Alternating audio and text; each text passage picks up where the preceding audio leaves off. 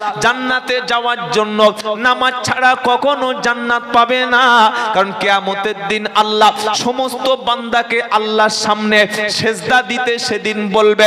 ঈমানদার নামাজি মুমিন ব্যক্তি আল্লাহর সামনে সেদিন টপ টপ করে সেজদায় পড়ে যাবে, বেনামাজি সেদিন সেজদা দিতে পারবে না। বললে হুজুর এটা কোথায় ঘোষণা? কোরআন শোনাচ্ছে ইয়াউমা ইকুশাফু আন সাকিউ ওয়া ইদউনা ইলাস সুজুদি ফালা ইয়াস্তাতিউন খাশিয়াতান আবসারুহুম তারগাকুহুম দিল্লাহ। 29 পারা সূরা কলামের 42 নম্বর আয়াতে বাদিকের পৃষ্ঠার মিডল পয়েন্টে দুটো লাইন নিচেতে আল্লাহ পাক শোনাচ্ছে ইয়াউমা ইকুশাফু আন সাকিউ ওয়া ইদউনা ইলাস সুজুদি ফালা ইয়াস্তাতিউন। আল্লাহ কিয়ামতের দিনে সমস্ত বান্দাদেরকে যেদিন সেজদা দিতে বলবে, নামাজি ঈমানদার ব্যক্তি সেদিন আল্লাহর সামনে সেজদা দেবে, বেনামাজি সেদিন তাদের দৃষ্টিটা নিচু হবে, লজ্জায় সেদিন মাথা তুলতে পারবে না, অপমান তাদের পেয়ে বসবে, মুখ তুলে আল্লাহর সামনে সেদিন দাঁড়াতে পারবে না। আর বেনামাজি ব্যক্তিগুলিকে জান্নাতি ব্যক্তি জিজ্ঞাসা করবে যে কেন তোরা জাহান্নামে আসলি? কোরআন শোনাচ্ছে ফি জান্নাতিন ইয়াতাসাআলুনা আনিল মুজরিমিনা মা সালাকাকুম ফি সাকর ক্বালু লাম নাকু মিনাল মুসাল্লিন ওয়া লাম নাকু নুতইমুল মিসকিন। 29 পারা 17 পৃষ্ঠা 12 নম্বর লাইনের 41 নম্বর 42 নম্বর আয়াত, সূরার নাম সূরা মুদ্দাসসির। কোরআন শোনাচ্ছে জান্নাত থেকে জান্নাতি ব্যক্তিগুলি যখন জাহান্নামী ব্যক্তিদের দেখে চিনতে পেরে যাবে, ওই সেই হালিমের বাপ, ওই সেই নুসরতের বাপ, ওই সেই সেলিমের বাপ, ওই সেই আমাদের ফয়জুদ্দিন কাকা একসঙ্গে বসে চা খেতাম, হে ফয়জুদ্দিন কাকা কেন জাহান্নামে এলে? হে হারুন আল রশিদ কাকা কেন জাহান্নামে এলে? তোমাকে তো দুনিয়াতে দেখে জাহান্নামী বলে মনে হতো না, সম্পদ ছিল, পয়সা ছিল, স্ট্যাটাস ছিল, জাহান্নামে কেন এলে? কিছুই বুঝতে পারছি না। সেদিন জাহান্নামীরা বলবে ক্বালু লাম নাকু মিনাল মুসাল্লিন। ভাই টাকা ছিল, পয়সা ছিল, জমি ছিল, কুরবানি ছিল, সবকিছু সম্পদ ছিল, অভাব আমার ছিল না, কিন্তু নামাজ আমি কখনো ওই জীবনে নামাজ ছিল না। 2 নম্বর ওয়ালাম নাকু নুতইমুল মিসকিন, মিসকিন এতিম অসহায়দেরকে খাদ্য খেতে দিতাম না, তাই তো জাহান্নামী হলাম আমারও ঠিকানা। বললেন নামাজ পড়লে আল্লাহ জান্নাত দেবে, নামাজ পড়লে আল্লাহ খুশি হবে, এটা কোথায় লেখা আছে বলো? তো আল্লাহ পাক শোনাচ্ছে বান্দা তুমি শোনো, তুমি যখন নামাজে দাঁড়াবে ওয়াস্তাইনু বিসসাবরি ওয়াসসালাহ ওয়া ইন্নাহা লাকাবীরাতুন ইল্লা আলাল খাশিঈন। প্রথম পারা সূরা বাকারা 44 নম্বর আয়াতে আল্লাহ পাক শোনাচ্ছে বান্দা বিপদ মুসিবত যখন তোমার উপরে নেমে আসবে, কখনো কোনো কবরে সেজদা দেবে না, কোনো মাজারে গিয়ে মান্নত করবে না, কোনো কবরবাসীর কাছে গিয়ে তার কাছে হাত তুলে দোয়া চাইবে না, কবরের সামনে গিয়ে মাথা নিচু করবে না, কবরের উপর চাদর ছুঁড়ে দেবে না, কবরের কাছে খাসি মুরগি মানত করবে না, চাইবে এবং বলবে তুমি আল্লাহর সাথে।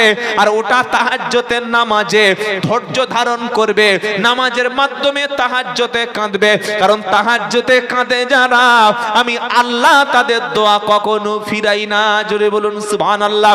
বললে হুজুর এটা কোথায় ঘোষণা? কোরআন শোনাচ্ছে আমিনাল লাইলি ফাতাহাজ্জাত বিহি নাফিলাতাল লাক আসা আইয়াবু আসাকা রব্বুকা মাকামাম মাহমুদা। 15 পারা 8 পৃষ্ঠা 13 নম্বর লাইনে 78 নম্বর আয়াত, সূরার নাম সূরা বানি ইসরাইল।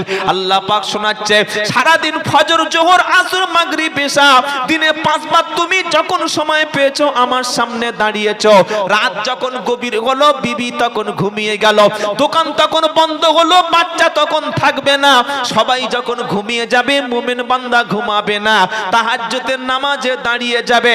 আর এটা তোমার জন্য নফল বানিয়ে দিয়েছি। বললে হুজুর রাতে রাত্রিবেলা ঈমানদার ব্যক্তি জাগে, এটা কোথায় ঘোষণা? আল্লাহ পাক শোনাচ্ছে, ওয়াল্লাযীনা ইয়াবিতুনা লিরাব্বিহিম সুজদাও ওয়া কিয়ামা।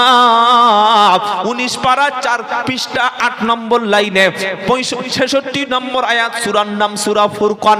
কোরআন শোনাচ্ছে, ওয়াল্লাযীনা ইয়াবিতুনা লিরাব্বিহিম সুজদাও ওয়া কিয়ামা।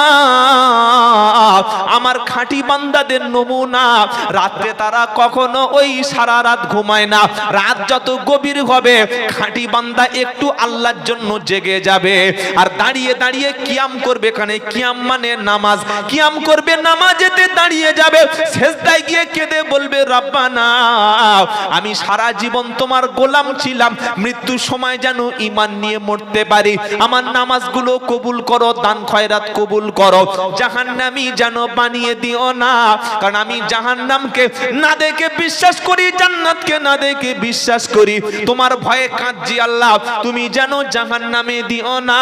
আর আল্লাহ পাক শোনাচ্ছে, আমার জান্নাতের আশায় জাহান্নামের ভয়ে কাঁদবে যারা, কখনো জাহান্নামী হবে না। জোরে বলো সুবহানাল্লাহ। বললে হুজুর এটা কোথায় ঘোষণা? কোরআন শোনাচ্ছে, তাতা জাফা জুনুবুহুম আনিল মাদাজি ইয়াদউনা রাব্বাহুম খাউফাও ওয়া তামা ওয়া মিম্মা রাযাকনাহুম ইনফিকুন। 21 পারা 15 পৃষ্ঠা 7 নম্বর লাইনের 17 নম্বর আয়াত, সূরার নাম সূরা সাজদা। তাতাজাফা জুনুবুহুম আনিল মাদাজি ইয়াদউনা রাব্বাহুম খাউফাও ওয়া তামা ওয়া মিম্মা রাযাকনাহুম ইনফিকুন। আল্লাহ পাক বলছে, রাত যখন গভীর হবে বিছানা থেকে আমার বান্দাগুলি পিঠটা বিছানা থেকে তুলে নেবে।